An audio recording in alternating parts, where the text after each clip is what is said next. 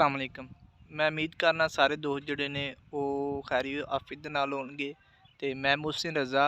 ते जिस चीज़ का बेसब्री दे नाल सानू इंतज़ार सी ते अज जेह्ड़ा ओह् फाइनल मैच है पाकिस्तान ते इंग्लैंड दे दरम्यान T20 दा ते असी उम्मीद करने हैं कि इंशाअल्लाह पाकिस्तान जेह्ड़ा है इनू अच्छे तरीके दे नाल खेलेगा और विन करेगा। ते मैं दोस्तां के भी गुजारिश करना कि तुसी भी दुआ करो ताकि जिहड़ी साडी टीम है वो इस मैच नू जिहड़ा ना विन कर सके, जित सके। ते खैर जिस तरह स्टार्टिंग तो जिहड़ा देखा गया सी कि पाकिस्तान एक ऐसे मोड़ ते ऐसे एक लम्हात दे अंदर सी कि पाकिस्तान बस हुणे गया ते हुणे गया। ये सर जिहड़ियां टीमां ये कहंदियां सन कि पाकिस्तान निकल गया बाहर, तो अहां देखिया किस तरह मसलन कि अल्लाह ताला ने इस टीम दा साथ दिता और किस तरह जिहड़े साडे प्लेयर ने उन्हां दा भी जज्बा, उन्हां दा ईमानी जज्बा, उन्हां दा यकीन सी कि साई जिहड़ा ना वो इंशाअल्लाह अगे चलांगे। खैर अज जिहड़ा मैच है वो बहुत ही अहम है ते ओ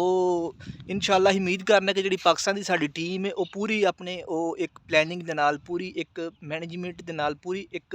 अपना जज्बे दे नाल खेलेगी और इसनू जिहड़ा ना वो विन करेगी। और इस मैच तो मैनू जिहड़ा ना एक होर गल याद आ गई कि जिस तरह मसलन कि वो साडे प्लेयर अपने वो नमाज दे दौरान या मसलन प्रैक्टिस दे दौरान या इस तरह मसलन कि वो विच जिहड़ियां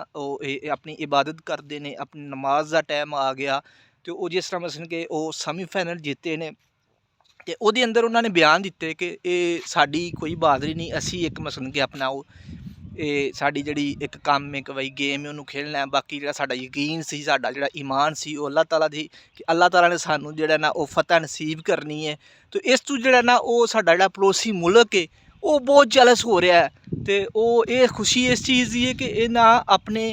जिहड़ा वो साडा इस्लाम है उसनू भी उजागर कीता है, उसनू भी जिहड़ा ना वो अगे कीता है कि असी एक मुसलमान आ, साडा ईमान है ते अल्लाह ताला सानू जिहड़ा ना इंशाअल्लाह फतह ज़रूर देगा। ते अल्लाह ताला ने विखाया भी ये एक मोजज़ा ही हो गया ना कि पाकिस्तान जिहड़ी टीम है वो बाहर हुंदी हुंदी फिर विच आ गई है। ते ये सारा कुछ तुसां देखिया ते इंशाअल्लाह अज दी भी जिहड़ा ना